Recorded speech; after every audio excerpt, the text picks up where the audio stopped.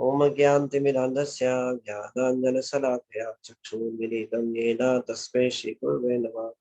श्रीचैतन्यमनोभीष्टं स्थापितं येन भूतले स्वयं रूपः कदा मह्यं ददाति स्वपदान्तिकं। वन्देऽहं श्रीगुरो शिवदापदकं नं श्रीगुरून् वैष्णवांश च श्रीरूपं साग्रजातं सहगण रघुनाथान्वितं तं सजीवं साद्वैतं सावधूतं परिजनसहितं कृष्णचैतन्यदेवं श्री राधा कृष्ण पादान सहगण ललिता श्री विशाखान्वितांश। हे कृष्ण करुणा सिंधु दीनबंधो जगत्पते गोपेश गोपिका कांत राधा कांत नमस्ते। तप्त कांचन गौरांगी राधे वृंदावनेश्वरी विष्णुभानुसुते देवी प्रणमामि। वाञ्छाकल्पतरुभ्यश्च कृपा सिन्धुभ्येव च पतितानां पावनेभ्यो वैष्णवेभ्यो नमो नमः। जय श्री कृष्ण चैतन्य प्रभु नित्यानंद श्री अद्वैत गदाधर शिवासादि गौर भक्तवृंद। हरे कृष्णा कृष्णा कृष्णा हरे हरे हरे राम राम राम हरे हरे। धन्यवाद, थैंक यू। तो श्री उपदेशामृत ग्रंथ को हम पढ़ रहे थे। इसके पहले श्लोक में हम चर्चा कर चुके हैं, दूसरे श्लोक पे आज चर्चा करेंगे। उससे पहले एक बार सभी श्लोकों को रिसाइट करेंगे।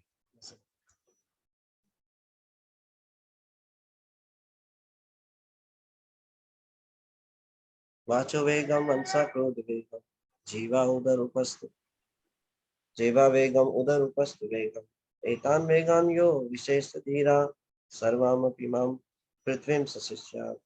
अत्याहार प्रयासस्य प्रजल्पो नियमाग्रह जनसंगस्य लोलस्य षड्भिर्भक्ति प्रसिद्ध विनश्यति।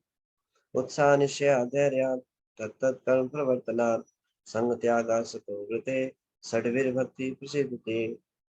ददाति प्रतिगणाति मह्यमाख्याति पृच्छति पुंस्ते भोजते चैव षड्विधि प्रीतिलक्षणम्। कृष्णेति यस्यागिरितं मनसा इन्द्रियेता दीक्षासि चेत् प्रणतिसिद्धिभिश्च भजन्तम् ईशम्। सुसुरस्या भजन् विज्ञा अनन्य अन्या निन्दादिशून्य हृदयम् इप्सिता संगलभ्य। दृष्टा स्वभाव जनितेर्वपुश्च च दोषे न प्रकर्तव्यम् इह भक्ता जनस्या पश्येत्। गंगाम्बुजां न खलु बुद्बुद बुद्बुद फेन पंके ब्रह्म द्रव्यतम अपगच्छति निर्धर्मा। सयात् कृष्ण नाम चरितादि सीताप्य अविद्यया पीतोत्पात रसनस्य नारुचिकानु।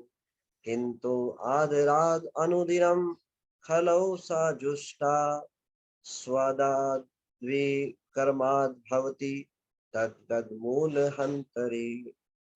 तन्नाम रूपाचि चरित चरितादि सुकीर्तनानु स्मृतयो क्रमेण रसना मनसि धियो जया। तिष्ठन् व्रजे तद् अनुरागे जनानुगामी कालं नयेद् अखिलम् इत्या उपेदेश सारम्। वैकुंठजात जनितो वरा मधुपुरी तत्रापि रसोत्सवात्। वृंदारण्यम उदरपाणि रमना तत्रापि गोवर्धना। राधा कुंडम इहापि गोकुलपते प्रेमामृताप्नुनात्। कुर्यादस्या विराजतो गिरितटे सेवं विवेकिना कः। कर्मा भया परितो हरे प्रियत यतताय व्यक्तिम ययोर्जानिष्टस्।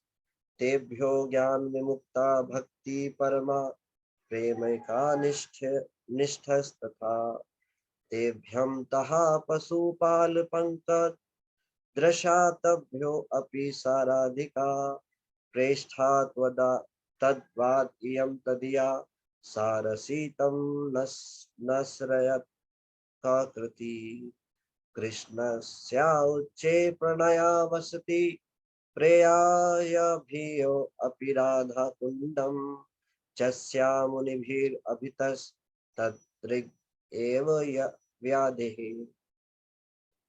यत्पृष्ठेरपि अलम् असुलभं किं पुनर्भक्तिभाजं तत्प्रेमादं सकृद् अपि सारास्तु अविस्मरोति।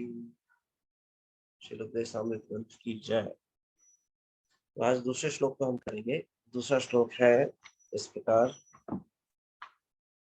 अत्याहार प्रयासश्च प्रजल्पो नियम आग्रह जनसंगस्य लोलश्च षड्भिर्भक्ति विनिश्यति। तो पहले श्लोक में 6 वेगों के बारे में श्री गोस्वामी जी ने बताया और दूसरे श्लोक में ऐसे 6 कार्यों के बारे में बता रहे हैं जिससे भक्ति विनष्ट हो जाती है।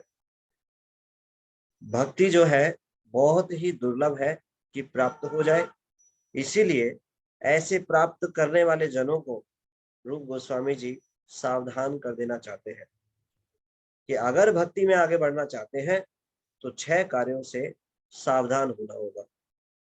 तो पहले श्लोक में ये बताया कि कौन कौन व्यक्ति है जो गुरु के पद पे स्थित है, जो शिष्य को स्वीकार कर सकते हैं, साथ ही साथ ऐसा व्यक्ति जो भक्ति कर सकता है उसको 6 वेगों को दमन करना चाहिए, तभी वो भक्ति में आगे बढ़ सकता है। तो पहला शब्द बोला अत्याहार, अत्याहार, दूसरा प्रयासस्य, तीसरा प्रजल्प, चौथा नियम आग्रह और 5वां है जनसंगस्य और फिर छठा है लौलस्य। तो अत्याहार, अगर हम इन वेगों को दमन नहीं करेंगे जो पहला श्लोक बताया है तो अत्याहार करेंगे ही करेंगे।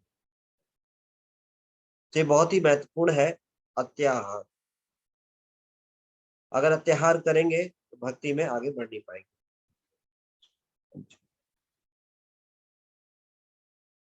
तो भक्ति में आगे बढ़ नहीं पाएंगे। तो भक्ति में बहुत बड़ा ऑब्स्टेकल है अत्याहार। भक्ति करें और अत्याहार करें, भक्ति में बढ़ना असंभव है। भगवान ने भगवत गीता के 6ठे अध्याय के 16वें श्लोक में भगवान बोलते हैं कि जो व्यक्ति, जो योगी ज्यादा खाता है, ज्यादा सोता है, वो भक्ति नहीं कर सकता। There is no possibility of become a yogi. योगी नहीं बना जा सकता जो ज्यादा खाता है और ज्यादा सोता है। तो ये अत्याहार बहुत ही आवश्यक है, इसको कंट्रोल करना। अत्याहार बहुत ही बड़ा ऑब्स्टेकल है भक्ति में। जो ज्यादा खाए वो कौन? भोगी। जो कम खाए वो रोगी। और जो जितनी आवश्यकता हो उतना स्वीकार करे वो योगी। योगी का अर्थ क्या है? भगवान के भक्त, कृष्ण भावना में जो भक्त अनुसरण कर रहे हैं, भक्ति कर रहे हैं। भक्त लोग केवल कृष्ण प्रसाद पाते हैं और उतना ही पाते हैं जितनी आवश्यकता है। इंद्रिय तृप्ति के लिए प्रसाद नहीं पाते। जैसा कि पिछले श्लोक में श्रील प्रभुपाद जी कोट करते हैं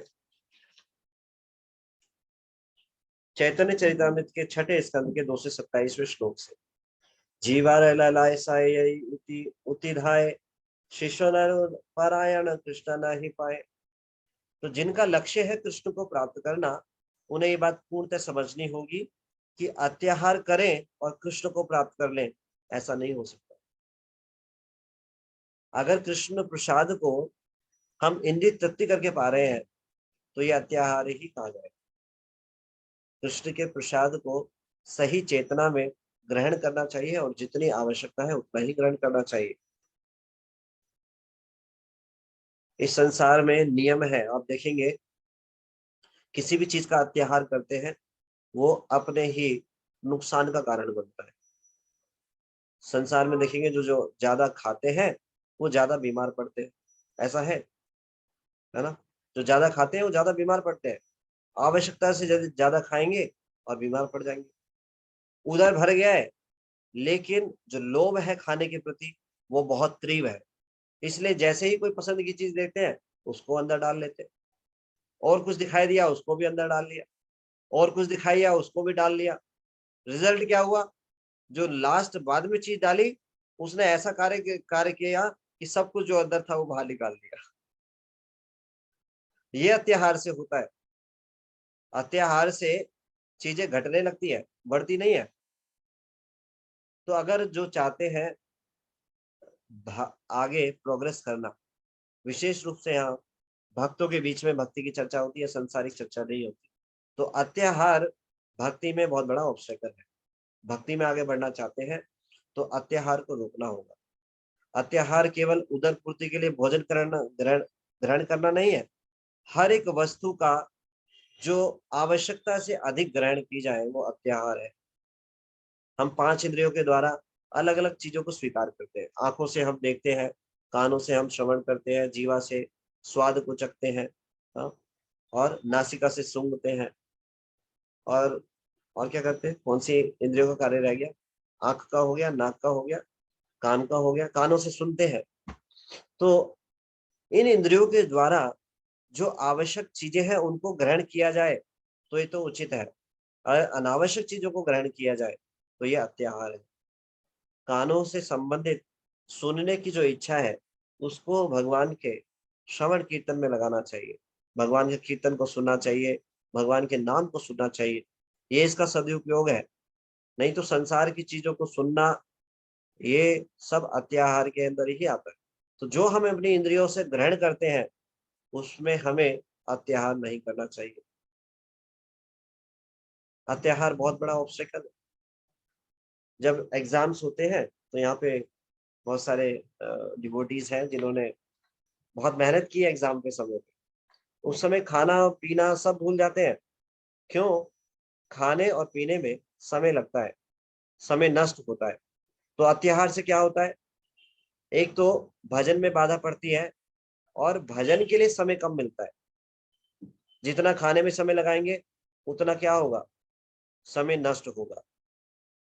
ज्यादा खाएंगे उतना ज्यादा समय नष्ट होगा, और फिर उसके बाद जब ज्यादा खाएंगे तो ज्यादा पेट साफ करने में भी समय बर्बाद जाएगा। दो वे, एक तो खाने में भी समय ज्यादा निकला लगा, और फिर जितना ज्यादा खाएंगे, बार बार खाएंगे, बार बार जाना भी पड़ेगा। क्यों? हमारे जो शरीर का जो स्पेस है वो हाथी की तरह नहीं है, छोटा सा पेट है। उसमें जितना डालेंगे उसके बाद नहीं उसमें जा पाएगा, तो पेट साफ करना पड़ेगा। तो अत्यधिक प्रयासों में अत्यधिक समय जो है चला जाता है, इसीलिए अत्याहार नहीं करना चाहिए।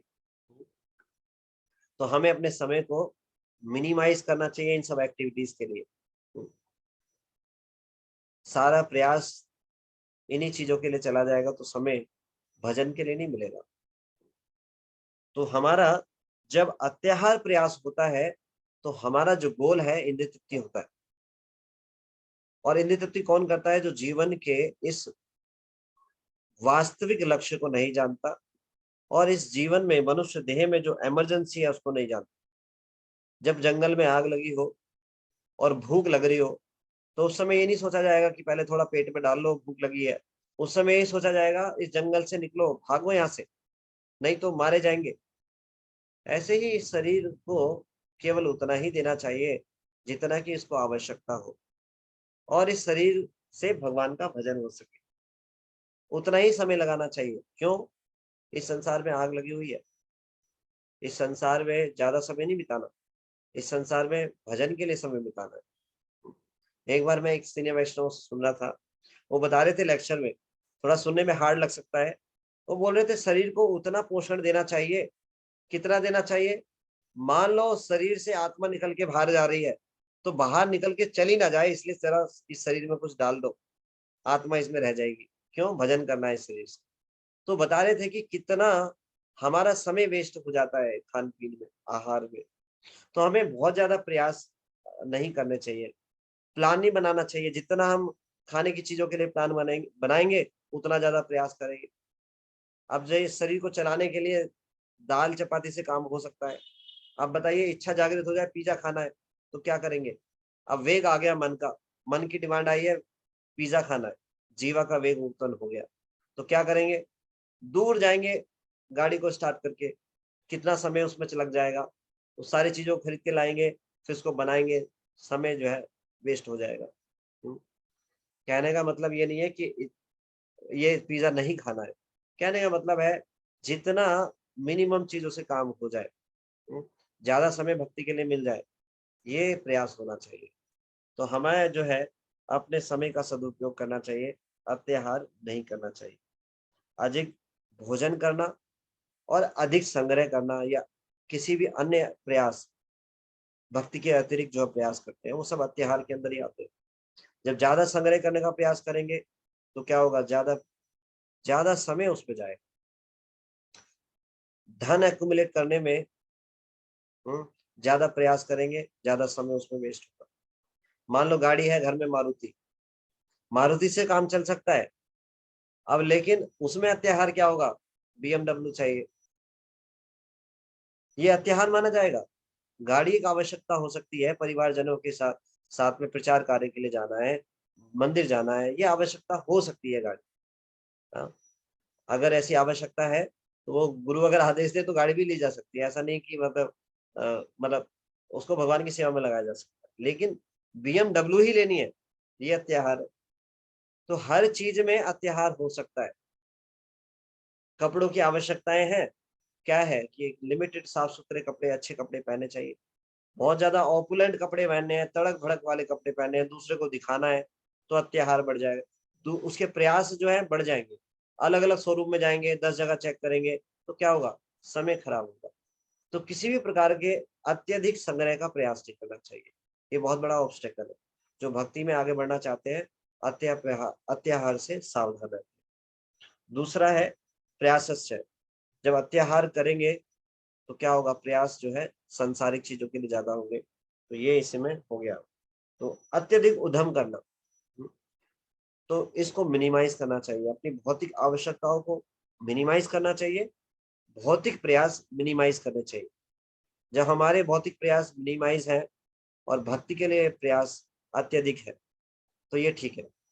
इसलिए क्या करना चाहिए, अपने प्रयास जो है भक्ति के लिए बढ़ाने चाहिए, भौतिक प्रयास स्वतः ही कम हो जाएंगे। जब भक्ति में नहीं आते तो हमारे बड़े बड़े गोल होते हैं, हम ये करेंगे, ये प्राप्त करेंगे, ये पोजीशन प्राप्त करेंगे। लेकिन भक्त लोग भक्ति में ज्यादा समय देते हैं और बहुत ज्यादा एम्बिशंस नहीं बनाते भौतिक चीजों के लिए, केवल भक्ति के कार्य से एक से संपन्न हो पाए उतने ही प्रयास करते। देखने के लिए मिलता है कि भक्त लोग बड़े बड़े पद को छोड़ करके, बड़ी बड़ी नौकरियों को छोड़ करके छोटे से पद को स्वीकार कर लेते हैं, कम सैलरी वाली नौकरी को स्वीकार कर लेते हैं। क्यों, भक्ति में आगे बढ़ना। तो इसलिए ज्यादा प्रयास नहीं करते बाहर के इन कार्य को, भक्ति के लिए ज्यादा प्रयास करते हैं। ऐसे बहुत सारे उदाहरण मिलते हैं। एक भक्त हैं जिनके बारे में मैं चर्चा करना चाहता हूँ यहाँ पे। ऐसे बहुत सारे भक्त हैं जो ऐसा करते हैं। एक भक्त है जो उनको बहुत अच्छा ऑफर मिल रहा था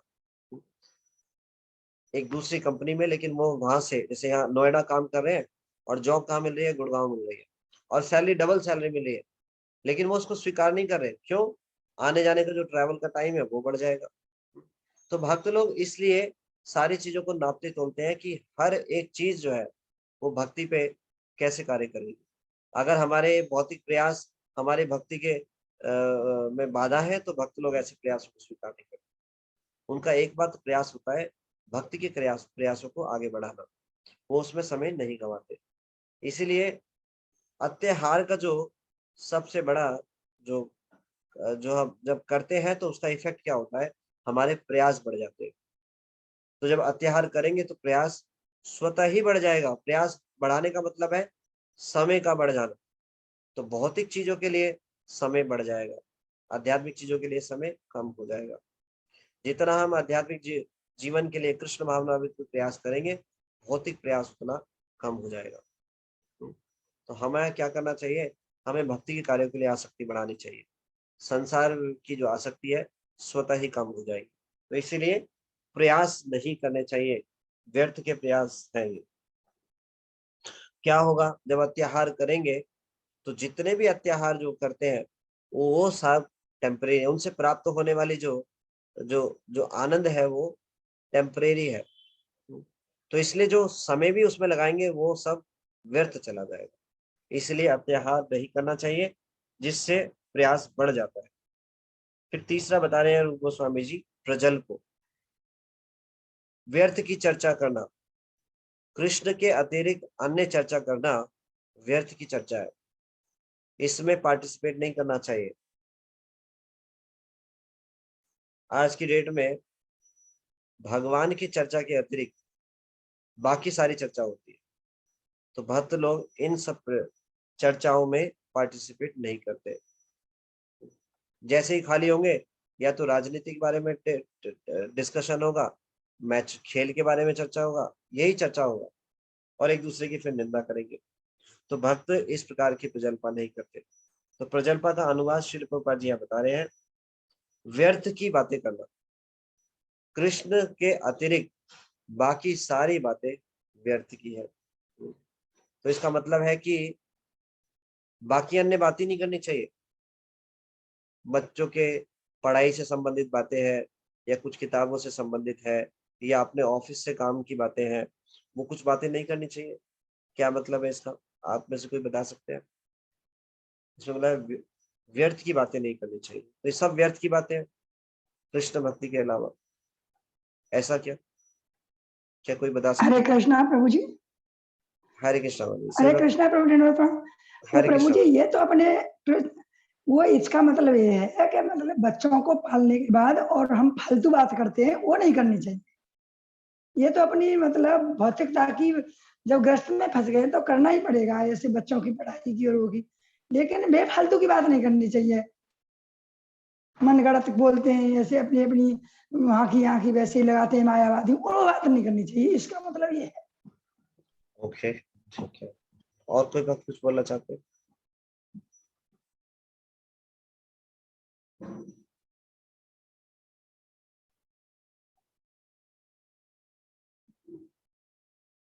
उमेश प्रभु जी आप बता सकते हैं? हरे कृष्णा, दंडवत प्रणाम। हरे कृष्णा भैया। प्रभु जी, शायद इसका मतलब ये समझ आ रहा था कि जितना जरूरी है, मतलब बस काम चल जाए उतनी ही बात करनी चाहिए कृष्ण भक्ति के अलावा। जैसे ऑफिस में जितना मैसेज पास करना पड़े जिससे बस जॉब चल जाए, बस उतना ही बोलना चाहिए, ये समझ आ रहा था। हरे कृष्णा, धन्यवाद। Thank you, Hare Krishna, thank you so much. Reena Trivedi बात। हरे कृष्णा, दंडवत प्रणाम प्रभु जी। हरे कृष्णा भैया। अभी जैसे प्रभु जी बता रहे थे ना, जैसे ऑफिस में, तो ऑफिस में जैसे हमको हमारा कोई काम रुक रहा है, किसी से डिस्कस करने से वो जल्दी हो सकता है, तो हमें वैसे बातें कर लेनी चाहिए, मतलब जो जो काम को मतलब जल्दी फिनिश कर सके और बाकी टाइम भगवान का मन में स्मरण कर सके। तो इस तरह से हम ऑफिस में लिमिटेड बात कर सकते हैं और प्रसादम के सिवा दूसरे कुछ ना लें। तो इस तरह से हम लोग ऑफिस में कर सकते हैं प्रभु जी। थैंक हरे यू, कृष्ण, धन्यवाद प्रणाम। Thank you. विनय भूषण प्रभु जी। हरे कृष्णा बेदन प्रणाम। हरे कृष्णा भैया। प्रभु जी, ये जो बात करनी है किसी से और है, और विषय पे बात करनी है प्रभु जी, तो उसके दो उससे मुझे वो लगते हैं प्रभु जी, ड्रॉबैक्स लगते हैं। एक तो क्योंकि जैसे पेन ड्राइव की एक जीबी है ना प्रभु जी, वो लिमिटेड है उसमें, वैसे हमारे दिमाग में भी जो है ना वो कुछ कुछ लिमिटेड तो चीजें हैं, वो स्टोरेज तो लिमिटेड है प्रभु जी। हम जितनी बातें मान लो मूवीज की बातें करेंगे, ये करेंगे, वो फिर वो बाद में मनन उसी का चलेगा, जो जिस चीज के बारे में हम बात करेंगे प्रभु जी उसी का मनन बाद में चलता रहेगा। मूवी देखते हैं हम 3 घंटे, तो 3 घंटे आज तक क्या बचपन से जो देखी होगी प्रभु जी आज भी वो याद है, तो हम डाले ही वो चीजें जो बाद में हमारे काम के लायक है, जो काम के लायक नहीं है उसको डाले नहीं प्रभु जी। एक बात प्रभु जी। बाकी प्रभु जी वो भगवद गीता का श्लोक है 2:62 का प्रभु जी, दूसरा अध्याय है ना, ध्याय तो विषयान से संगतेषु उपजायते। तो प्रभु जी वो ध्यान हम जिस चीज का करेंगे वो ध्यान आएगा प्रभु जी उसमें, तो इसलिए भी वो हमें इन चीजों से बचना चाहिए, तो जितनी जरूरत की चीजें वही करनी चाहिए। Hare Krishna. Thank you so much. Rinku माता जी। हरे वृंदावन। हरे कृष्णा। रिंकू माता जी। रिंकू माता जी आपने हैंड रेज किया।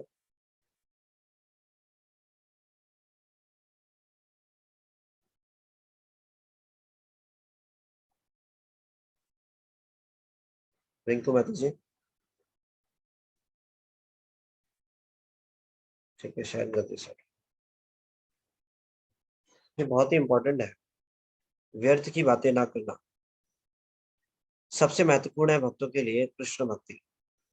तो भक्तों के जो कार्य हैं, जो अन्य कार्य है, ऑफिस जाना या घर में जो अन्य कार्य कर रहे हैं, बच्चों को स्कूल भेजना, तो भक्तों का जो मुख्य कार्य है वो है कृष्ण भक्ति।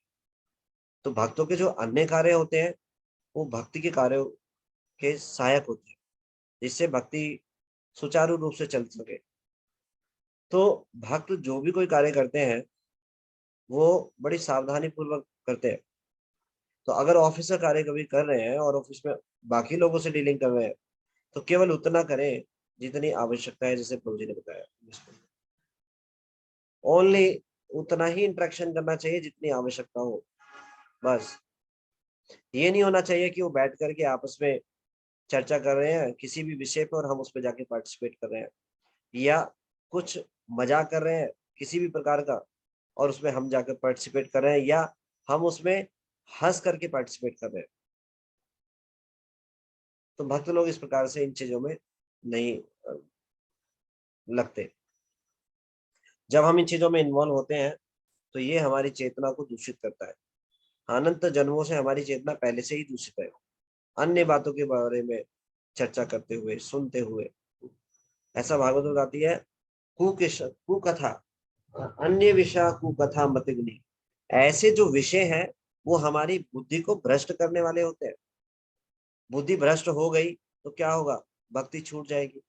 भक्त लोग हमेशा सावधान रहते हैं भक्ति को प्रोटेक्ट करने के लिए। और ये जितनी अनफेवरेबल थिंग्स हैं, ये जो 6 बताई है श्लोक पे, ये एक एक बात जो है बहुत ही इंपॉर्टेंट है। व्यर्थ की बातें करना, जब हम व्यर्थ की बात करेंगे तो उनका चिंतन करेंगे। और एक एक चीज जो है, एक एक विषय इस संसार का भगवान की भक्ति से भगा ले जाने वाला है। हमारा इस संसार के प्रति पहले से ही आकर्षण है, कृष्ण के प्रति आकर्षण नहीं है, जो कि स्वाभाविक प्रवृत्ति है हमारी। तो संसार की ऐसी आकर्षण को हम मिटाने का प्रयास कर रहे हैं। जब भक्ति में गंभीर प्रयास करते हैं तो ये इंप्रेशंस मिटने लगते हैं, लेकिन मिटाने के साथ साथ हम उन इंप्रेशन को और भरना शुरू कर दें तो भक्ति में आगे प्रोग्रेस नहीं होगी। जब हम जितनी चर्चा करेंगे संसार के बारे में, उतने इंप्रेशंस अंदर जाएंगे और वो ही उन्हीं का स्मरण होगा। तो इसलिए व्यर्थ की बातों में नहीं पड़ना चाहिए, केवल जितनी आवश्यकता है उतना ही भाग लेना चाहिए। अलग अलग संघ बना लेना, गुट बना लेना, उनमें कुछ कुछ बातें करना, वो उस प्रकार के प्रयास नहीं करना चाहिए। भक्त लोग का भक्तों के अलावा सेवाओं से संबंधित कोई व्हाट्सएप ग्रुप भी नहीं होता। भक्ति में है और बहुत सारे ग्रुप बना के रखे। एक ग्रुप कौन सा है जी? परिवार के लोगों का, जिस बिरादरी के हम हैं उसका एक ग्रुप है जी, उसकी इंफॉर्मेशन होनी चाहिए हमें। नहीं, ये व्यर्थ की बातें करना है। जितने लोग होंगे उतने ही मन है, उतनी ही तरह तरह की बातों को डालेंगे, और जब वो आएंगे मैसेज तो क्लिक करेंगे और उसको खोलकर पढ़ने का भी प्रयास करेंगे। उसमें समय बर्बाद होगा, और कोई एक भी चीज ऐसी उसमें हुई जो हमें भक्ति से भगा कर ले गई तो हमारा सत्यानाश हो जाएगा। ये सब व्यर्थ की बातों के अंदर ही आता है। अलग अलग ग्रुप में इन्वॉल्व रहना, जिस ग्रुप में है वो हमारे शिक्षा गुरु को पता होना चाहिए। ये नहीं उनसे छुपक करके ग्रुप बना रखा है और हम चले जा रहे हैं, भक्ति में आगे बढ़ रहे हैं, सोच रहे हैं भक्ति में आगे प्रगति कर जाएंगे। भक्ति में प्रगति नहीं कर सकते। अपने हृदय को, अपनी सारी चीजों को खोल करके अपने शिक्षा गुरु के सामने रखना पड़ेगा। डॉक्टर के पास जाएं और चीजों को छुपा लें, बताइए किसका नुकसान होगा? हमारा ही नुकसान होगा। जब यहाँ मैं ऐसी बात बोल रहा हूँ तो ये मैं अपने लिए बोल रहा हूँ, मुझे क्षमा कीजिएगा। बोलने की दृष्टि से कई बार शब्दों का ऐसा उपयोग किया जाता है, तो ये मैं अपने लिए चर्चा कर रहा हूँ, मैं अपने बारे में चर्चा कर रहा हूँ। तो ऐसा बताते हैं, वकील से, डॉक्टर से और गुरु से कुछ नहीं छुपाना चाहिए।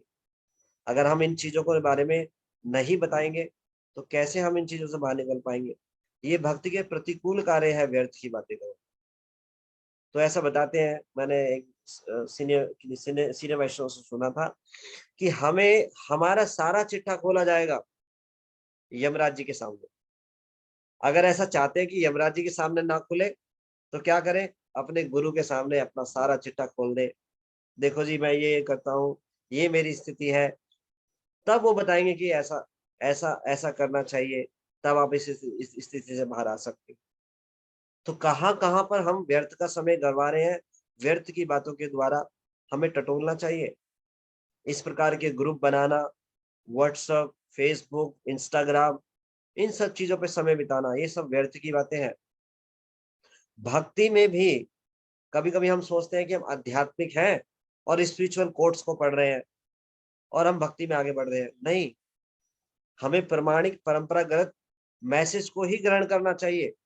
यदि कोई भेजता भी है तो हमें उसको स्वीकार नहीं करना चाहिए। उनको बोलना चाहिए कि कृपया करके मुझे ये ना भेजें। अगर कोई आपको जबरदस्ती भेजता भी है, ग्रुप पे कोई डालता है, ये सब समय की ये सब व्यर्थ की बातें हैं। प्रमाणित संदेशों को, मैसेजों को ग्रहण नहीं करेंगे और व्यर्थ के इस प्रकार के आध्यात्मिक मैसेजों को ग्रहण करेंगे, ये सब समय की बर्बादी है। सुबह उठकर व्हाट्सएप पे आएगा, बहुत से लोगों से आता है, गुड मॉर्निंग, चाय का कप बना हुआ है, गुड मॉर्निंग। क्या गुड मॉर्निंग? चाय का कप है सत्यानाश करने के लिए सामने। नशेड़ी बन जाओ, सुबह उठते ही पीना चालू कर दो। भक्त लिख देते हैं, भक्त लोग अगर किसी को लिखेंगे तो हरे कृष्णा नाम, तुरंत ही भगवान का स्मरण होगा। बताइए, इस प्रकार के आध्यात्मिक संदेशों को देना जिनमें कोई आध्यात्मिक शक्ति नहीं है, केवल उपदेश है, जो उपदेश ऐसे व्यक्तियों के द्वारा दिए जाते हैं जो आध्यात्मिक जीवन का पालन नहीं करते, कृष्ण भावनामृत का पालन नहीं करते, ऐसे संदेशों को, ऐसे उपदेश को देने वाले में उसमें उपदेशों में कोई शक्ति नहीं होती और कोई उसको पढ़े तो उसमें भी कोई शक्ति नहीं होती। तो हमें आचार्यों के द्वारा परंपरागत मैसेजों को ही ग्रहण करना चाहिए। ऐसे ही आध्यात्मिक ग्रुप में रहना चाहिए जो कृष्ण भावनामृत को आगे बढ़ाए और उसका ज्ञान, उसके बारे में उसका काला सारा चिट्ठा हमारे शिक्षा गुरु को पता होना चाहिए। ये नहीं हम मनमाने तरीके से अलग अलग तरह के ग्रुप में जुड़े हुए हैं, पहले जुड़े हुए थे भक्ति में आने से पहले और अभी भी जुड़े हुए हैं। मतलब हमारा समय अभी व्यर्थ की बातों में जा रहा है। तो हमें ढूंढना चाहिए कहाँ हमारा समय व्यर्थ की चर्चाओं में जा रहा है, कहाँ पे हम इन्वॉल्व हैं जहाँ हम व्यर्थ की बातें करते हैं। जितनी व्यर्थ की बातें करेंगे उतना समय बर्बाद होगा। तो हमें इस मनुष्य देह के आवश्यक इस इम्पोर्टेंस को समझना पड़ेगा। जो अन्य विषयों के बारे में श्रवण करते हैं, चर्चा करते हैं, इसका मतलब उन्होंने मनुष्य जीवन के इस लक्ष्य को समझा नहीं है, इमरजेंसी को समझ में नहीं आई है। जब इमरजेंसी आती है तो सारे कार्य को छोड़ करके जो मुख्य कार्य है उसमें लग जाते हैं। तो इसलिए व्यर्थ की कार्यों में समय नहीं गंवाना चाहिए। पिछले ही श्लोकों में श्रील प्रभुपाद जी ने तात्पर्य बताया है। जो अन्य विषयों के बारे में जो चर्चा है वो कैसी है? ये वाणी का वेग है, बोलना। जब हम कृष्ण से अतिरिक्त अन्य चर्चा करते हैं तो क्या है? मेंढक की टर टर के समान, टर टर करता है मेंढक और सांप आता है, कहता है बढ़िया है, संडे लव फीस्ट हो रहा है, आके उसको खा जाएगा। तो जब हम जितना व्यर्थ की बातें करेंगे उतना समय हमारा नष्ट हो जाएगा और समय जो है वो वापस नहीं आता। तो व्यर्थ की बातें नहीं करनी चाहिए। हमारी जिम्मेदारी है कि हम व्यर्थ की बातें ना करें और अपने परिवारजनों को भी यही सिखाएं। कृष्ण भावनामृत सिखाएं उन्हें। अगर हम अपने परिवारजनों को अगर कृष्ण भावनामृत के बारे में ज्ञान नहीं दे रहे हैं, नहीं बता रहे हैं, जो कि बोलना, वास्तविक बोलने की सार्थकता यही है, कृष्ण के बारे में प्रचार करना, और उनको नहीं बता रहे हैं तो हम उनके शत्रु हैं। ऐसा शास्त्र बताते हैं, माता शत्रु पिता वैरी। ऐसे माता पिता जो है शत्रु हैं और वैरी हैं। कौन? ये न बालो न पाठती, जो अपने बालकों को, अपने आश्रित जनों को पढ़ाते नहीं है। क्या? कृष्ण भावनामृत के बारे में, भगवान के बारे में नहीं बताते कि मनुष्य देह का लक्ष्य क्या है, ये जीवन क्यों मिला है, भगवान कौन है, उनसे हमारा संबंध क्या है, हमारा गोल क्या है जीवन का, और उसके लिए प्रयास में नहीं लगाते, इसकी शिक्षा नहीं देते। ऐसे माता पिता शत्रु हैं, चाहे वो कितने ही सतोगुण में क्यों ना रहते हो, कितने ही परोपकार के कार्य क्यों ना करते हो। ऐसे माता पिता अपने बच्चों के शत्रु हैं। और ऐसी संतान जो है वो कैसी नजर आती है? ना शोभते सभा मध्य। ऐसी संतानें जो जो सभ्य लोग हैं उनके बीच में शोभामायन नहीं होते। कैसे लगते हैं वो? हंस मध्य बको यथा, हंसों के बीच में बगुले के समान नजर आते हैं। तो हमें अपने बच्चों को, अपने आश्रित जनों को ये शिक्षा देनी चाहिए जिससे वो हंस के समान वैष्णव बन सके। वैष्णव को दूसरों से देखकर ही दूसरों का हृदय प्रसन्न हो जाता है, ऐसा बनाना चाहिए जो शोभा, जो समाज के लिए, संसार के लिए शोभा हो। श्रील प्रभुपाद जी प्रकट हुए और सारे संसार को उन्होंने शोभामय बना दिया, सबको कृष्ण भावना में बना दिया, सबके हृदय में आनंद ला दिया उन्होंने। तो श्रील प्रभुपाद जी अपने आचरण से शिक्षा दे रहे हैं कि हमें अपने समय को बर्बाद नहीं करना चाहिए। ये बोलने की प्रवृत्ति या बात करने की जो चर्चा है या विषय है वो कृष्ण को बनाना चाहिए, तो व्यर्थ की जो बातें करने की प्रवृत्ति है वो नष्ट हो जाएगी। ये जो प्रवृत्ति है सबके अंदर है, हर समय बोलने की प्रवृत्ति सबके अंदर है, ना केवल मनुष्य योनि में, पशु योनि में भी बिना बात के झगड़ते रहते हैं। एक गली में कुत्ता है और उस दूसरी गली का कुत्ता आ जाए, सोचिए कितना चर्चा का विषय बन जाता है। वो तुरंत भौं भौं करना शुरू करता है और आसपास के जितने भी गली मोहल्ले के कुत्ते हैं उनको बुला लेता है और वहां झगड़ा चालू हो जाता है। तो ये सारी योनियों में है। कृष्ण को भूलने के कारण इस संसार में जीवात्मा दुखी है। कृष्णा भूलिया जीव भोग वांछा करे, इसीलिए संसार में व्यर्थ की चर्चा में लगे हुए, कृष्ण को भूलने के कारण। तो ये व्यर्थ की चर्चा अपने आप रुक जाएगी जब हम विषय को चेंज कर देंगे। विषय क्या है? संसार। तो संसार के विषय को परिवर्तित करके कृष्ण को विषय बनाए, कृष्ण के बारे में चर्चा करें और इस संसार में जब व्यवहार करें तो केवल आवश्यकता के अनुसार, जितनी आवश्यकता है उतना।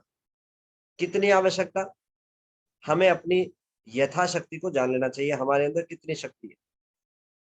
जैसे कोई एक पतला व्यक्ति जब कबड्डी खेलते हैं तो पतला व्यक्ति जब जाता है दूसरे पाले में, वो अपनी सामर्थ्य के अनुसार ही उस पाले में रहता है, बोलता है कबड्डी कबड्डी कबड्डी कबड्डी। मान लो पतला सूखा हो और अपनी सामर्थ्य के अनुसार आगे पहुंच जाए तो क्या करेंगे? दूसरे दल वाले उसको उठा करके अपनी पिद्दी पर बैठा लेंगे, कमर पर बैठा लेंगे। आप बताइए वो क्या होगा उसका? वो वहीं का वहीं रह जाएगा। इसीलिए संसार में जब हम डीलिंग करें तो केवल उतनी ही चर्चा करें, उतना ही प्रयास करें जो हमारी भक्ति को नष्ट ना करे। हमारी भक्ति में जो सहायक है हमारी जॉब, तो उसका ठीक से सुचारू रूप से चल सके, बस उतने ही प्रयास करना चाहिए। हाँ, श्रील प्रभुपाद जी जैसे महान आचार्य, उनमें इतनी शक्ति है, वो कबड्डी कबड्डी करके पूरे पाश्चात्य देशों में गए और जिन्होंने उनको पकड़ा उनको सबको धर के लेके आ गए अपने पाले में। तो ऐसे एम्पावर्ड जो आचार्य हैं वो कहीं पर भी रहकर कृष्ण चेतना में रह सकते हैं, लेकिन हमारी जो कृष्ण चेतना है वो हर समय प्रभावित होती है। कैसा हम संग करते हैं, किन लोगों के साथ हम डीलिंग्स कर रहे हैं, इसलिए हमें सावधान रहना चाहिए। हम कोई एम्पावर्ड आचार्य नहीं है, हम साधका हैं जो हर समय चेतना फ्लक्चुएट होती रहती है समय काल परिस्थिति के अनुसार। इसलिए क्या करें? बहुत सावधानी पूर्वक लोगों के साथ व्यवहार करें, जितनी आवश्यकता है उतना। तो हमें अपने समय को नष्ट नहीं गंवाना चाहिए, इसीलिए प्रजल्पों में अपने आप को नहीं लगाना चाहिए। चौथा बताया इसमें नियम आग्रह। तो इसमें नियम आग्रह दो प्रकार से बताया है, नियम आग्रह और नियम आग्रह। नियम आग्रह होता है अत्यधिक आसक्ति नियमों पे, नियमों से बहुत ज्यादा आसक्ति, और नियम आग्रह मतलब होता है नियमों का उपेक्षा करना। तो जो सारे नियम है, जितने भी नियम बताए गए हैं शास्त्रों में, विधि और निषेध बताए गए हैं, उनका एकमात्र लक्ष्य है कृष्ण का सदैव स्मरण होना। तो हम किसी भी नियम का पालन कर रहे हैं, हम नियमों को उल्लांघ नहीं सकते। जो हमारे आचार्यों ने हमें नियम दिए हैं हम उनको उल्लांघ नहीं सकते, लेकिन कई बार नियमों के हम प्रति आसक्त हो जाते हैं, लकीर के फकीर बन जाते हैं। कब बन जाते हैं? जब नियमों के उद्देश्य को नहीं जानते, समझ नहीं पाते ठीक से। तो कहने का तात्पर्य यह है कि हमें नियमों से तो आसक्त होना है, लेकिन उसके उद्देश्य को हमेशा याद रखना है। जैसे कि अभी कुछ दिन पहले ही प्रभु जी ने लेक्चर में बताया था, ये नियम है भक्तों को प्रतिदिन सुबह मंगला आरती, सुबह जल्दी उठना चाहिए, मंगला आरती करनी चाहिए और सुबह भक्तों के संग में जप करना चाहिए। ये नियम है, प्रतिदिन ऐसा करना चाहिए।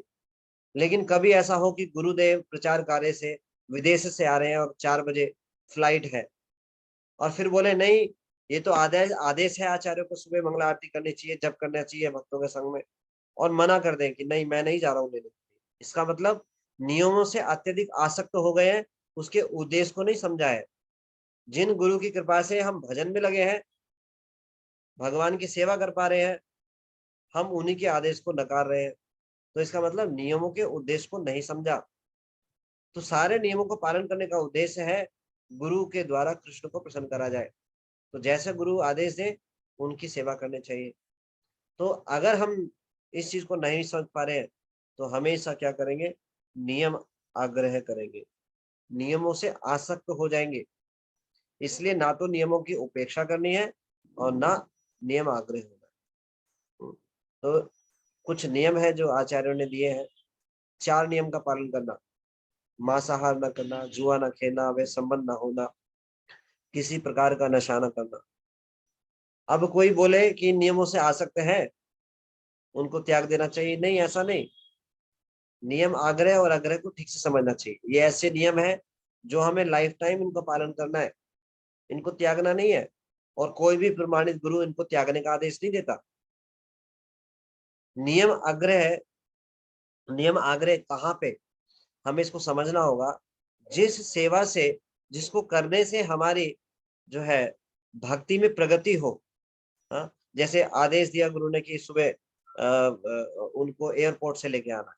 अगर हम इस आदेश का पालन नहीं करेंगे तो हमारी भक्ति में हम पीछे पड़ जाएंगे, भक्ति में नीचे गिर जाएंगे, अवज्ञा हो जाएगी, गुरु अवज्ञा हो जाएगी, भजन में बाधा पड़ जाएगी। तो इसका मतलब नियम से आ सकते हैं।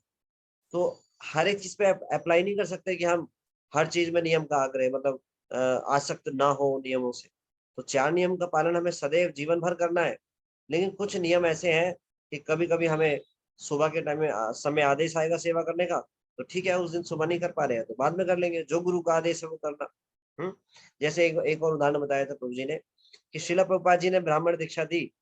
ब्राह्मण दीक्षा देने के बाद अगले दिन सुबह वो ब्राह्मण गायत्री मंत्र भक्त लोग कर रहे हैं, प्रभुपाद जी जा रहे हैं तो उनको प्रणाम नहीं कर रहे। ऐसा नियम है कि जब जो गायत्री करते हैं तो उस समय ध्यान पूर्वक करना चाहिए और किसी को प्रणाम नहीं करना चाहिए ऐसा। लेकिन जो गुरु हैं जिन्होंने वो प्रणाम किया है, तो इसका मतलब हम इस तत्व को समझे नहीं है, उन्हीं को उसका उद्देश्य ही नहीं समझे, तो फिर प्रभुपाद जी इस बात को चेस्टाइज करते हैं और करेक्ट करते हैं। तो ये समझना होगा हमें, नियम आग्रह और नियम आग्रह दोनों को। कहीं भी कंफ्यूजन हो तो हमें प्रश्न पूछना चाहिए, उस डाउट को क्लियर कर लेना चाहिए, है ना। लेकिन मनमाने प्रकार से नियमों की उपेक्षा नहीं करनी चाहिए और नियम आग्रह भी नहीं करना चाहिए। तो नियम बहुत ही महत्वपूर्ण है भक्ति में आगे बढ़ने के लिए, इसलिए नियम का सदैव पालन करना चाहिए। लेकिन कभी नियमों का अगर उसको आगे पीछे कर सकते हैं तो इतना आसक्त नहीं होना चाहिए कि उसके उद्देश्य को भूल जाए। तो अगर कोई कंफ्यूजन है तो पूछ लेना चाहिए। तो ये बहुत ही आवश्यक है, नियम आग्रह। और फिर जन संगस्य, संसारिक प्रवृत्ति वाले व्यक्तियों की संगति करना। तो अभक्तों की संगति करना बहुत ही भयंकर है। इस संसार में सबसे दुखकारी क्या है, अभक्तों की संगति करना। किसी भक्त को देखो, अगर किसी शादी में जाना पड़ जाए तो उसके चेहरे की सारा ऐसा लगता है मैं कहाँ पड़ गया आकर। तो भक्तों को अभक्तों का संग अच्छा नहीं लगता, मजबूरी में जाना पड़ता है, जाते हैं, लेकिन बिल्कुल मनमाने ढंग से। तो कम से कम संग करना चाहिए, जितनी आवश्यकता हो उतना। अभक्तों का संग जो है बहुत ही खतरनाक है। और अभक्तों में भी उन ऐसे लोगों का संग करना जो हमारे लिए बिल्कुल ही विपरीत है। जैसे मायावादियों का संग करना, मायावादियों को कभी भी संग नहीं करना चाहिए। उनका संग जो है बहुत ही खतरनाक है। या फिर ऐसे भोगी व्यक्तियों का संग करना जो स्त्री से आसक्त है, या ऐसे जो स्त्री संगी है उस व्यक्ति का संग करता है, ऐसे व्यक्तियों का भी संग जो है बहुत ही डेंजरस है। ये दोनों पे एप्लीकेबल होता है, स्त्री पुरुष दोनों पे। पुरुष के लिए स्त्री और स्त्री के लिए पुरुष। तो सावधान रहना चाहिए। ऐसे श्रद्धालु जनों का अभक्तों का संग कर सकते हैं जिनमें थोड़ी भी आध्यात्मिकता में रुचि है और जो सुनना चाहते हैं, जो फेवरेबल है, ऐसे लोगों का संग किया जा सकता है, वो भी उतना ही जितनी आवश्यकता हो उतना ही, उससे अधिक नहीं। तो यह है जन संघर्ष। और छठा है लौल्यम, इस संसार की चीजों के लिए लालच होना, एक्युमुलेट करने में, संसार की चीजों को प्राप्त करने में लालच होना, ये बिल्कुल भी ठीक नहीं है। लोभी होना है तो भगवान की कथाओं के लिए लोभी होना चाहिए, भगवान के नाम जप के लिए भी लोभी होना चाहिए। ये जो लालच है ये भक्ति में ऑब्स्टेकल है। ग्रीड, आदमी ग्रीड व्यक्ति जो जो जो लोभी है वो कभी संतुष्ट नहीं होता। तो मन की तपस्या है संतुष्टि।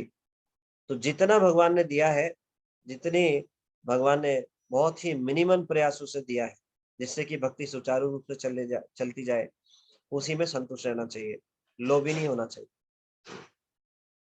एक साधु थे, उनके आश्रम में एक सेठ जी जो है, सेठ जी जो गाय दान करने आते हैं, तो उनके शिष्य के पास पहुंचते हैं और बोलते हैं कि मैं गाय देने आया हूं। तो शिष्य जाते हैं गुरु के पास, बोलते हैं गुरु जी गांव के सेठ जी आए हैं, शहर के सेठ जी आए हैं गाय दान देने के लिए। तो उन्होंने कहा बहुत बढ़िया, गाय आएगी, उसका दूध निकालेंगे, भगवान को भोग लगाएंगे और पाएंगे। तो वो देकर चले जाते हैं। और फिर कुछ समय बाद जो है वो सेठ जी गाय वापस लेने आते हैं। शिष्य बोलते हैं अरे ऐसे कैसे हो सकता है। तो फिर गुरु के पास जाते हैं, गुरु से बोलते हैं गुरु जी जो सेठ जी गाय दान देके गए थे वो पुनः वापस लेने आए। तो गुरु जी बोलते हैं कोई बात नहीं, ये तो बहुत अच्छी बात है, समय ज्यादा मिलेगा भगवान की भक्ति के लिए, गोबर उठाने से बच जाएंगे। तो भक्त लोग ऐसा ही वो जानते हैं, उनका एकमात्र लक्ष्य है भगवान की भक्ति करना। जो भगवान की कृपा से मिल जाए उसको स्वीकार करते हैं। देखिए अजगर वृत्ति तो हम धारण नहीं कर सकते, हम माधवेंद्रपुरी बात तो है नहीं, है ना। साधका है तो हमें जो है हमारे स्तर पे प्रयास करने चाहिए। हाँ, ऐसा नहीं करना चाहिए हम अजगर वृत्ति को धारण कर ले, हमारे में उतनी निष्ठा नहीं है, उतना फेथ नहीं है। तो हमें अपने जीविका उपार्जन के लिए प्रयास करना चाहिए, उतना ही बस जितना कि हमारी भक्ति सुचारू रूप से चल सके। बहुत ज्यादा लोभी नहीं होना चाहिए संसार की चीजों को इकट्ठा करने के, जितना भगवान की कृपा से मिल जाए उसको स्वीकार करना चाहिए। क्योंकि भक्त इस बात को जानते हैं जो कुछ भी मुझे मिल रहा है वो मेरे कर्मों के फलों के अनुसार वो मिलेगा ही मिलेगा, ना तो हमें उससे एक अधिक मिलेगा ना उससे कम मिलेगा। इसीलिए भगवान की कृपा से जो जितना खाते में है, जितना कोटे में है, वो अवश्य मिलेगा। लेकिन इस बात की निष्ठा ना होने के कारण अननेसेसरी प्रयास करते हैं, ज्यादा एक्युमुलेट करने में लोभ करते हैं संसार की चीजों के लिए, हमेशा ग्रीडी बने रहते हैं। ग्रीड कभी खत्म नहीं होता। एग्जाम्पल के लिए ऐसा देख सकते हैं, एक अनाज की बोरी को अगर सड़क पे रखें तो चिड़िया आएगी अपना दाना चुग के चली जाएंगी, लेकिन जैसे ही मनुष्य को दिखाई देगा वो उसको उठा करके स्टोर करेगा। तो जो बाकी मनुष्य के अलावा जितनी भी योनियां हैं उनकी पूर्ण निष्ठा है भगवान, वो प्रतिदिन का कोटा खाते हैं, बस वो भगवान भी पूर्णतः डिपेंडेंट रहते हैं। अगले दिन की आवश्यकता है भगवान पूरी करते हैं, सभी की पूरी करते हैं, चींटी से लेके हाथी तक की। लेकिन हमें इतनी निष्ठा नहीं होती, हम हमेशा एक्युमुलेट करने में लगे रहते हैं, इकट्ठा करने में लगे रहते हैं। लोभ के कारण सोचते हैं कि हमें इससे आनंद प्राप्त होगा, और हमारा सारा प्रयास जो है इसी लोभ में चले जाता है। तो 6 प्रकार के ऐसे कार्यों के बारे में श्रील रूप गोस्वामी जी बता रहे हैं। अत्याहार, प्रयास, प्रजल्पा, नियम, आग्रह और आग्रह दोनों, जन संग से, अभक्तों का संग, और संसार की चीजों के प्रति लोभी होना। ये भक्ति को विनष्ट करने वाली है। जो बुद्धिमान भक्त है इस भक्ति लता बीज को सुरक्षित रखते हैं और चारों तरफ मेड़ बना के रखते हैं, जिससे कि कोई बकरी आए और उस पौधे को खा ना जाए। तो जो भक्ति लता बीज है इन 6 चीजों से नष्ट हो जाती है। इसलिए क्या करना चाहिए, इनसे सावधान रहना चाहिए और सदैव भक्तों के संग में रहना चाहिए। तो ये था दूसरा श्लोक। तीसरे श्लोक को भी करेंगे हम लोग।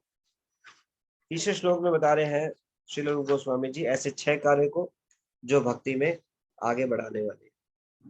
ये है उत्साह, निश्चय, धैर्य, तत्त कर्म प्रवर्तनात्, संग त्यागात्, सतोवृते, षड्विध भक्ति प्रसिद्धति। तो 6 चीजें कौन कौन सी हैं? शुद्ध भक्ति को संपन्न करने में 6 सिद्धांत अनुकूल होते हैं। उत्साही बने रहना, निश्चय के साथ प्रयास करना, धैर्यवान होना, नियामक सिद्धांतों के अनुसार कर्म करना, यथा श्रवण कीर्तनम विष्णु स्मरणम, कृष्ण का स्मरण, श्रवण कीर्तन तथा स्मरण करना। 5वां है अभक्तों की संगति छोड़ देना तथा पूर्ववर्ती आचार्यों के चरण चिन्हों पर चलना। ये 6 सिद्धांत निसंदेह शुद्ध भक्ति की पूर्ण सफलता के प्रति आश्वस्त है। तो जो भक्ति में आगे बढ़ना चाहते हैं, ये 6 चीजें हैं जो हमें इसको करना होगा। सबसे पहला है उत्साही बने रहना। भक्ति में ढीले ढाले प्रयास नहीं होने चाहिए, उत्साहित प्रयास होने चाहिए। देखिए संसार के लोग कितने उत्साह के साथ प्रयास करते हैं, आपने देखा है?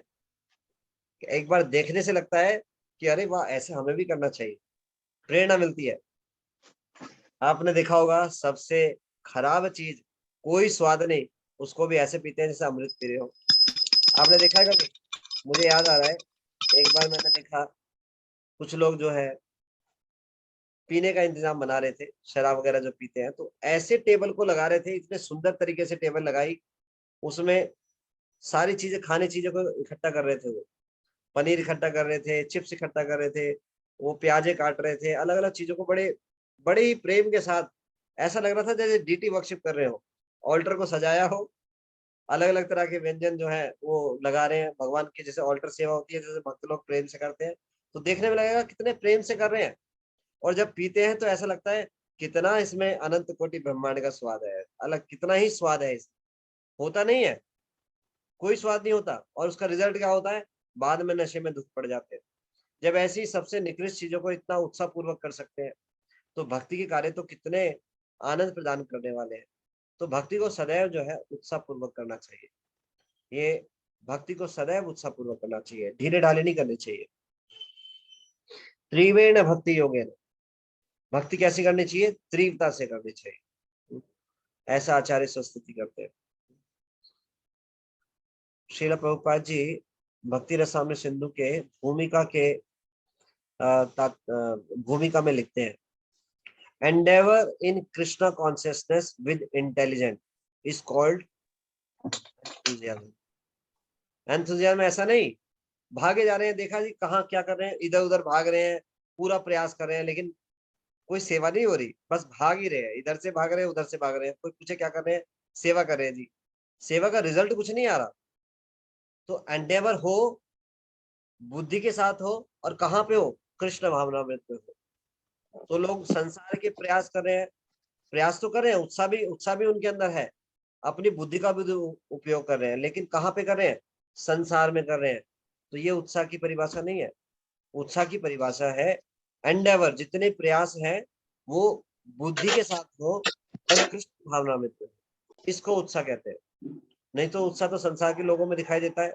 एक क्रिकेट के मैच के प्लेयर जो है वो उत्साह पूर्वक लगे हुए हैं, हर एक क्षेत्र में हर एक व्यक्ति अपने प्रयासों से लगा हुआ है और पूरे उत्साह के साथ लगा हुआ है, लेकिन वो उत्साह गलत जगह है, उसको उत्साह नहीं बोला जाएगा, वो भ्रम है। उत्साह की परिभाषा यही है, Endeavour with intelligence in Krishna consciousness, ये उत्साह है।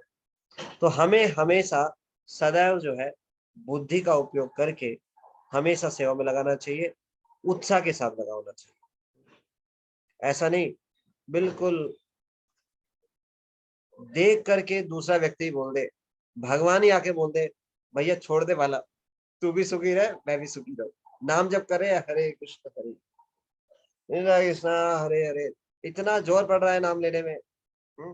भगवान कहेंगे भैया तू भी छोड़ दे, तू भी सुखी हो और मैं भी सुखी हूँ। मुझे भी समझ नहीं आ रहा, मुझे बुला रहा है किसी को बुला रहा है, मैं भी डिस्टर्ब हो रहा हूँ। उत्साह पूर्वक होना चाहिए। हरे कृष्ण कृष्ण कृष्ण हरे हरे, हरे राम राम राम हरे हरे।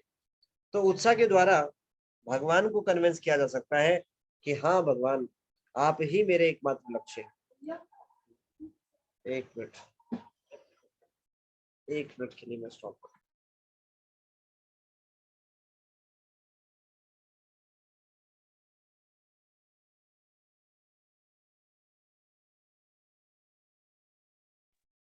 तो भक्ति में उत्साह बहुत ही आवश्यक है। हाँ, उत्साह नहीं होगा तो भक्ति में आगे नहीं बढ़ पाएंगे। उत्साह कैसे होगा? जब हम सिद्धांत को अच्छी तरह समझेंगे। तो इसीलिए भक्तों के संग में शुद्ध भक्तों के मुख से सुनना चाहिए, श्रवण करना चाहिए, तत्वों को जानना चाहिए। तो जब हमें पता है कि हमारे जीवन का एकमात्र लक्ष्य है भगवान को प्रसन्न करना, और जब हम इस बात से कन्विंस हो जाएंगे इस संसार में सुख नहीं है, इस संसार में केवल कष्ट ही कष्ट है, तो हमारा संसार के लिए प्रयास नहीं होगा। तो हम फिर उत्साह पूर्वक, हमें बेशक शुरुआत में हो सकता है भक्ति कार्यों में इतना स्वाद ना आए, लेकिन उत्साह पूर्वक करेंगे जब हमें पता है कि 100% हमें जो है भगवान का प्रेम प्राप्त होगा, भगवान की कृपा प्राप्त होगी। तो उत्साह जो है बहुत ही महत्वपूर्ण है। तो पहला यहाँ बताया। दूसरा है निश्चयात। अब मान लो उत्साह हो लेकिन डिटर्मिनेशन ना हो। आज तो उत्साह है, कल नहीं है। आज उत्साह आया तो 16 माला, 64 माला, 100 माला, कल एक भी माला नहीं। ऐसा नहीं, निश्चितता के साथ करना होगा, इतना डिटर्मिनेशन के साथ। कितना डिटर्मिनेशन? जैसे शास्त्रों में गौरैया की कथा आती है। समुद्र जो है अथाह सागर है। तो समुद्र में जो है गौरैया है, जो दाना चुगने गई थी, तो उसके अंडों को समुद्र ले लेता है। तो जब समुद्र ले लेता है तो वापस जब गौरैया आती है तो वो अपने समुद्र से अंडों को मांगती है, और समुद्र उसकी जो प्रार्थना को नहीं सुनता, तो वो बोलती है कि मेरे अंडे वापस दे दो, नहीं तो मैं तुम्हें सुखा दूंगी। अब बताइए, एक छोटी सी चिड़िया इतने अथाह सागर को सुखा सकती है क्या? लेकिन इतनी निश्चितता के साथ उसने प्रयास करना शुरू किया, तो भगवान ने देखा, अरे ये गौरैया छोटी सी इतना प्रयास कर रही है, तो बोला गरुड़ देव जी को, गरुड़ देव जी जरा जाकर देखिए क्या मामला है।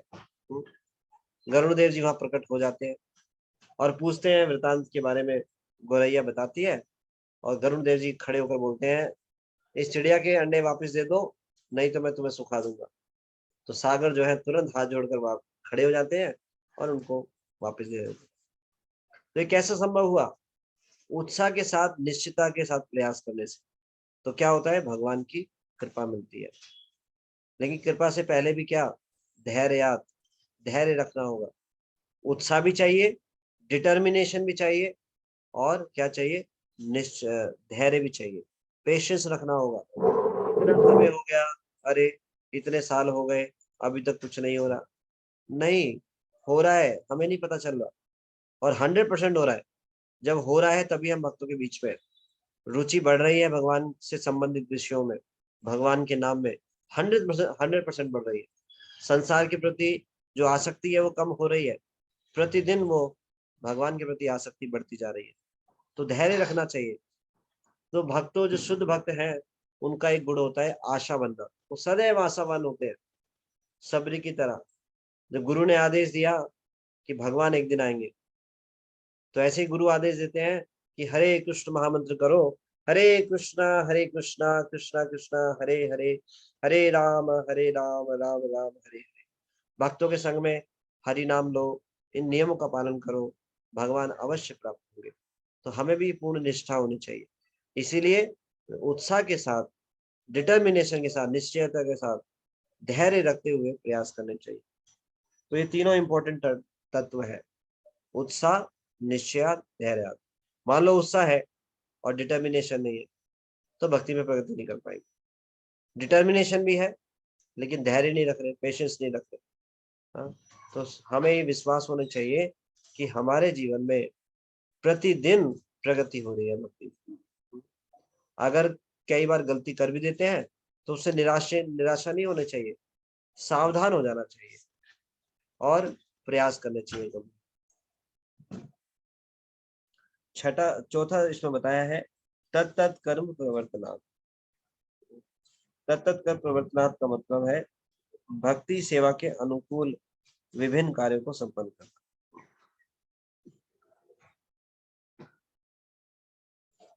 तो भक्ति के अनुकूल कार्य को करना चाहिए। तो भक्ति के अनुकूल वातावरण बहुत ही आवश्यक है।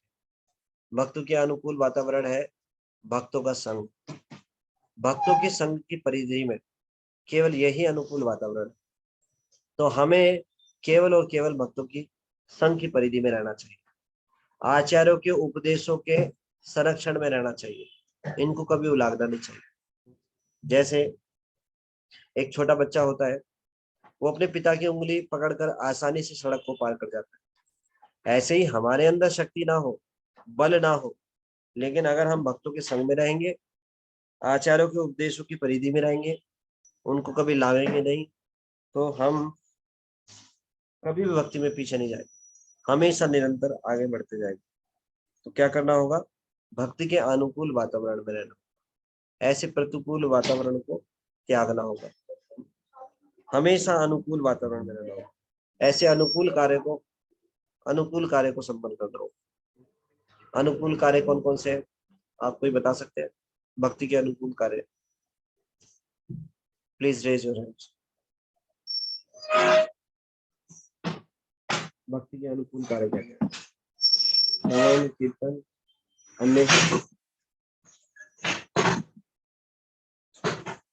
कोई बताना चाहते हैं? Please raise your hands.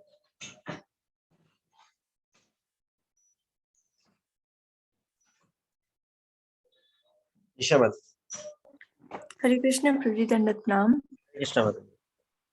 प्रभु जी, भक्ति के अनुकूल कार्य मतलब प्रभु जी जैसे अपना प्रभु जी साधना अपनी अच्छे से करना, 16 माला का नियमित जप करना, प्रभु जी भक्तों का संग करना, श्रवण करना, भगवान को ऑफर चीजें खाना, और प्रभु जी असत्संग से बचना, प्रभु जी कुसंग से बचना, और प्रभु जी जैसे अभी बताया आपने, जैसे अपना वाचो वेगम है उसको कंट्रोल में रखना, अत्याहार ना करना, और प्रभु जी ये सारी चीजें प्रभु जी। Thank you, thank you, Krishna प्रभु जी, दंडवत प्रणाम। Thank you, Hare Krishna. श्रवणम कीर्तनम विष्णु, स्मरणम पाद सेवनम, अर्चनम वंदनम दास्यम, साख्यम आत्मनि। जो भक्ति की जितनी भी क्रियाएं हैं, ये सारे अनुकूल कार्य हैं, तो हमें इसमें अपने आप को लगाना चाहिए। प्रैक्टिकल सेवा में अपने आप को लगाना चाहिए, वैष्णव सेवा में अपने आप को लगाना चाहिए, प्रचार कार्य में अपने आप को लगाना चाहिए। ये सब भक्ति के अनुकूल कार्य है। इसके अतिरिक्त अन्य जो भक्ति को नष्ट करने वाले जो सारे कार्य हैं, वो सब प्रतिकूल कार्य है, उनसे सावधान रहना चाहिए। और सबसे जो प्रभावशाली है वो संग, तो हमें ऐसा संग नहीं करना चाहिए जो हमें हमारी भक्ति को नष्ट करे। तो भक्ति के अनुकूल वातावरण का मतलब है भक्तों के संग में रहना और उनके आदेशों को पालन करना। जो भक्त आदेश दें, गुरुजन आदेश दें, उस आदेश को पालन करना और भक्तों के संग में रहकर करना, ये सबसे अनुकूल कार्य है। भक्तों के संग में रहकर श्रवण करना, ये अनुकूल है। अगर एकांत में करेंगे तो उतनी प्रगति नहीं होगी, भक्तों के संग में रहकर श्रवण करेंगे उसमें प्रगति होगी, भक्तों के संग में रहकर रीडिंग करेंगे उसमें प्रगति होगी। कोई भी सेवा अगर भक्तों के संग में करेंगे बहुत तीव्रता से प्रगति होगी। तो ये जो है अनुकूल कार्य भक्ति के, भक्तों के संग में रहकर श्रवण, कीर्तन इत्यादि सारे कार्यों को करना। तो ये जो है चौथा बताया। पांचवा है संग त्यागा सतोगुण, संग त्यागा, और छठा है सतोगुण। संग त्यागात का अर्थ क्या है? यहाँ पर संग त्यागात मतलब संग को त्यागना। तो यहाँ पर जब भक्ति के आगे बढ़ने वाले कार्यों की बात हो रही है, तो यहाँ संग त्यागना किन की बात हो रही है? ऐसे लोगों का संग त्यागना जो भगवान के भक्त नहीं है। तो इसका मतलब क्या हुआ? अभक्तों का संग को त्याग करना, जो कि पिछले श्लोक में बताया था। जन संग से, अभक्तों का संग, तो अभक्तों का संग नहीं करना है, उसको त्यागना है, एक ही बताया। तो अभक्तों की संगति को छोड़ देना चाहिए। ऐसे अभक्त कितने ही नजदीक के रिश्तेदार क्यों ना हो, कितने ही नजदीक के मित्र क्यों ना हो, अगर हम भक्ति में आगे बढ़ना चाहते हैं तो हमें उनको त्याग देना चाहिए। त्यागने का मतलब क्या है? त्यागने का मतलब ये नहीं है कि हम फिजिकल रूप से बिल्कुल उनसे घृणा करने लगे, ऐसा नहीं। मन से घृणा नहीं करनी चाहिए, हमें सबको भगवान के अंश के रूप में देखना चाहिए। और अगर कोई भक्ति में आगे नहीं बढ़ रहा है या कुछ अलग सिद्धांतों को पालन करते हैं, तो उनके प्रति आदर का भाव होना चाहिए और प्रार्थना का भाव होना चाहिए भगवान से। तो संग त्यागने का मतलब ये क्या है? इसका मतलब ये है उनके संग से प्रभावित ना होना, उनके विचारों से प्रभावित ना होना। इसका मतलब ये है कि उनके मुंह को भी ना देखे। आज प्रभु जी इसमें बताया गया उपदेशामृत, संग त्यागात, उनकी शक्ल भी नहीं देखी। ऐसा नहीं, ऐसा नहीं बताया। फैनेटिक, ये तो फैनेटिक हो गया, इसका मतलब सार को नहीं समझा, ऐसा नहीं बताया जा रहा। ऐसा बताया जा रहा है फिर हम प्रचार कैसे कर पाएंगे। ये कहा जा रहा है कि ऐसे लोगों के विचारों से प्रभावित नहीं होना, उतना ही संग करना जितना कि हम उनसे प्रभावित ना हो, वो हमसे प्रभावित हो सके। तो हमें लोगों का संग करना चाहिए, किस लिए? केवल प्रचार के दृष्टिकोण से। जैसे बिजनेसमैन है, वो दूसरे के साथ जब व्यवहार करता है तो उसके माइंड में केवल एक चिंतन चल रहा होता है, कैसे मैं इससे रोकड़ा बनाऊं। मारवाड़ी से पूछो, उसके दिमाग में बस एक चीज चलती है, कैसे इससे रोकड़ा बनेगा, ऐसी भाषा बोलते हैं वो। ऐसे ही भक्त लोग किसी से डीलिंग करते हैं तो बस एक ही लक्ष्य होता है, कैसे ये भक्त बनेगा।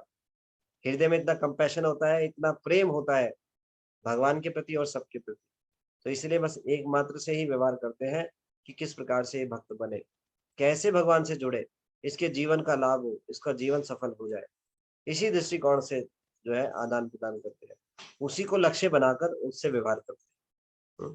तो हमें जो है ऐसे अभक्तों का संग नहीं करना चाहिए जो हमारी चेतना को दूषित करें और प्रभावित करें। ऐसे संग को त्याग देना चाहिए, चाहे वो कितने ही निकट के संगी क्यों ना हो, है ना।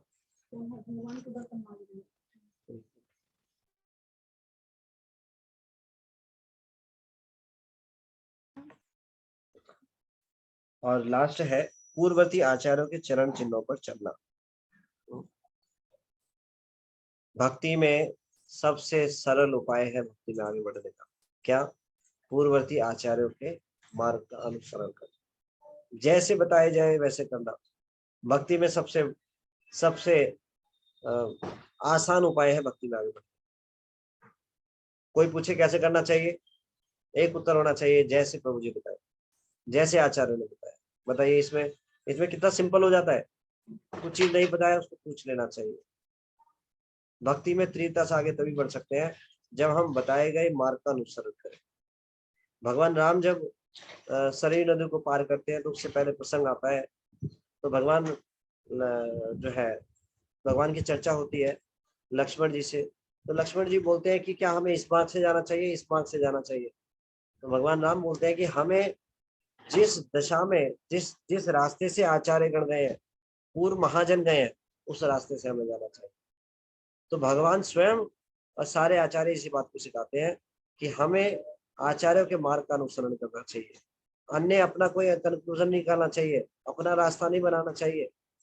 और हमारे लिए भक्ति में तीव्रता से आगे बढ़ने में बहुत ही सहायक है। जैसे उन्होंने बताया वैसे करना। तो हमें सदैव जो है आचार्यों के आदेशों का पालन करना चाहिए, कभी भी इस परिधि को लागना नहीं चाहिए, उनके आदेशों की अवहेलना नहीं करना चाहिए। और यही हमारे लिए सबसे सुरक्षित स्थान है, भगवान के शुद्ध भक्तों के चरण आश्रय होकर वो भक्ति करना, वो जैसे बताए वैसे करना।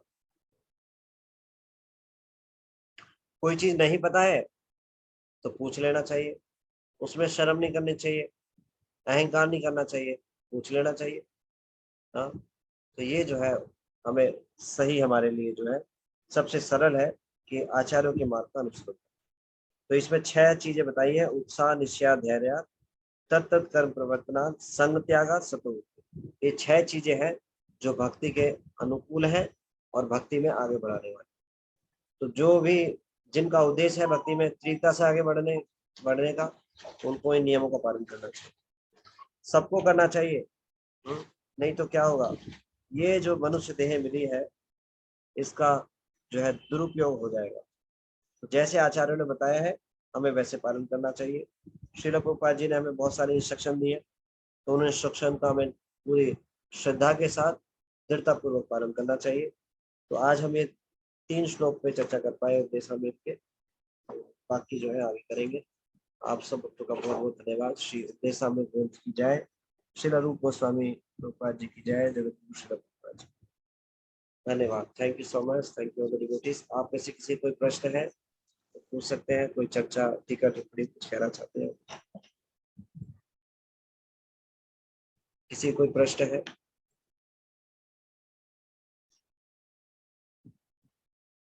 इसमें तो जी हरे कृष्ण। हरे कृष्ण जी, बहुत प्रणाम। हरे कृष्ण। तो जी एक प्रश्न था जो अभी शाम को इवनिंग क्लास में माता जी ने किया था, उसका उत्तर मुझे आपसे जानना था एक बारी।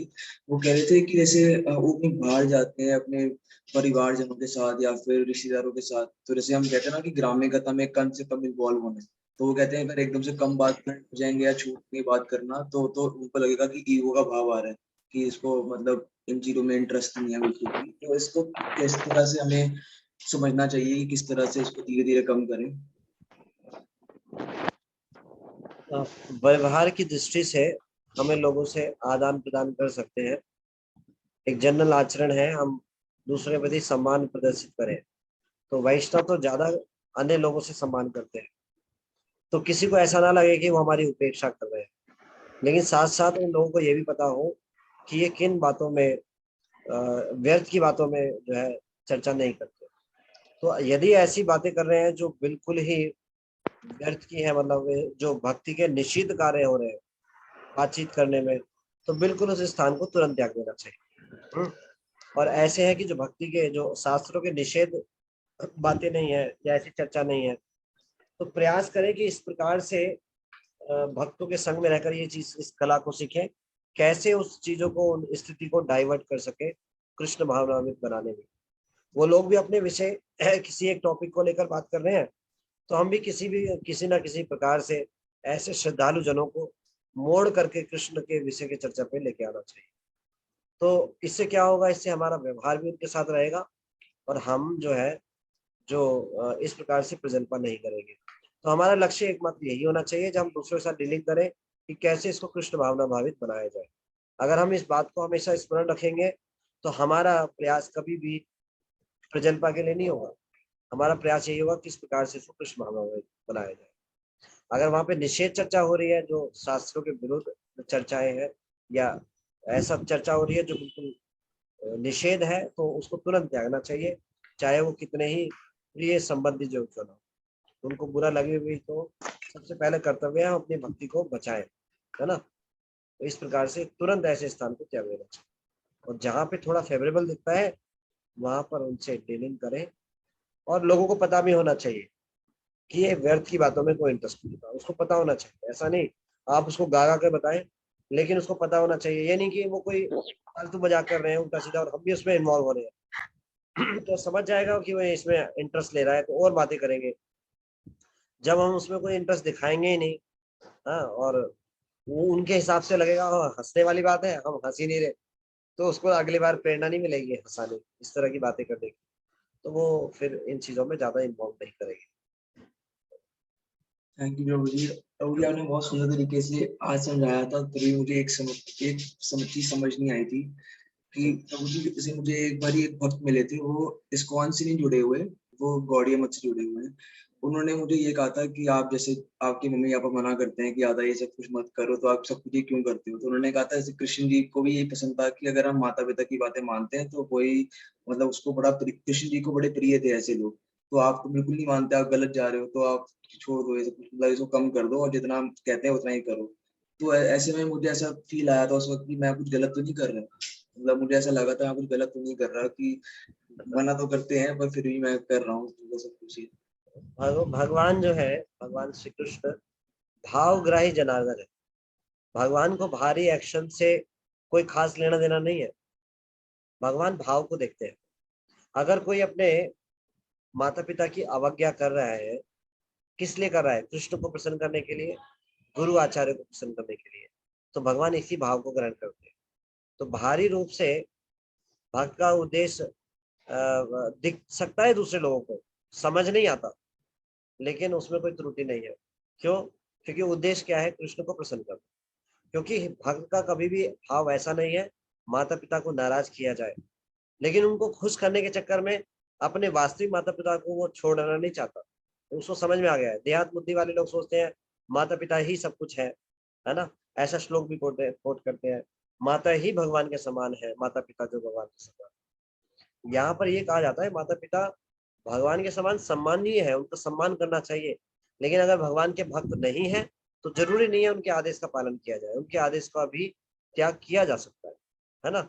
लेकिन भक्त लोग बड़े एक्सपर्ट होते हैं, वो मनमाने तरीके से कुछ नहीं करते हैं। उनकी हर एक भक्त की पर्टिकुलर सिचुएशन होती है घर में, वो अपने शिक्षा गुरु से पूछते हैं, जैसा वो आदेश देते हैं वैसा करते हैं।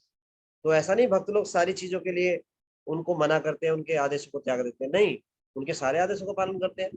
जो कई काम बताते हैं भक्त के जाके सबसे पहले करते हैं वो, और ज्यादा अच्छे से करते हैं भक्ति में ना आने से पहले, भक्ति के आने के बाद और ज्यादा सावधानी पूर्वक करते हैं। तो माता पिता को ये बात पता होता है और कन्विंस भी होते हैं कि भक्ति से संबंधित कोई इंस्ट्रक्शन होगी तो ये नहीं मानेगा, लेकिन बाकी हिस्सा नहीं मानेगा। इस बात को वो भी जानते हैं और प्रसन्न है वो हृदय से। उस बात के लिए हो सकता है वो इस चीज को एक्नॉलेज ना करे, लेकिन वो स्वीकार करते हैं और प्रसन्न भी है कि पहले से ज्यादा सावधानी पूर्वक कार्य कर रहा है। भक्त लोग भी ऐसे करते हैं, भक्ति में ना आने से पहले जैसा व्यवहार करते थे उससे ज्यादा सावधानी पूर्वक व्यवहार करते हैं, कहीं मेरी भक्ति को दोष ना दे, इसलिए और ज्यादा सावधानी पूर्वक कार्य करते हैं, उनके आदेश का पालन करते हैं। लेकिन भक्ति से संबंधित आदेश जो है वो शिक्षा गुरु और दीक्षा गुरु से लिए जाते हैं, चाहे माता पिता हो चाहे संबंधी जने हो, किसी के आदेश नहीं लिए जाते। जब बीमार हो जाते हैं तो डॉक्टर का आदेश माना जाता है, आसपास के लोगों का आदेश नहीं माना जाता, ना माता पिता का आदेश माना जाता। जो डॉक्टर का कहता है वो आदेश मानते हैं। इसीलिए भक्ति में आगे बढ़ने के लिए, भगवान को प्रसन्न करने के लिए केवल शिक्षा गुरु और दीक्षा गुरु के आदेश को ग्रहण किया जाता है, अन्यों का नहीं। अन्यों का सुना जाता है, उस पर टिप्पणी भी नहीं की जाती, लेकिन सुनेंगे सबकी, करेंगे शिक्षा गुरु दीक्षा गुरु। जैसे संसार में लोग बोलते हैं सुनेंगे सबकी, करेंगे मन की, तो भक्त लोग मन की नहीं करते, केवल शिक्षा गुरु और दीक्षा गुरु जो बोले उन्हीं के आदेश का पालन करते हैं, बाकी नहीं। ठीक है जी, उसमें कोई दोष नहीं है। भगवान प्रसन्न है ऐसे भक्तों से जो भक्तों के अनुगत रह के भक्ति करते हैं।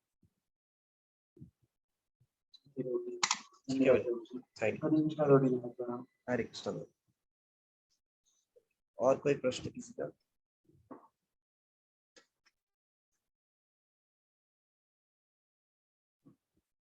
ठीक है, आप सब भक्तों का बहुत बहुत धन्यवाद।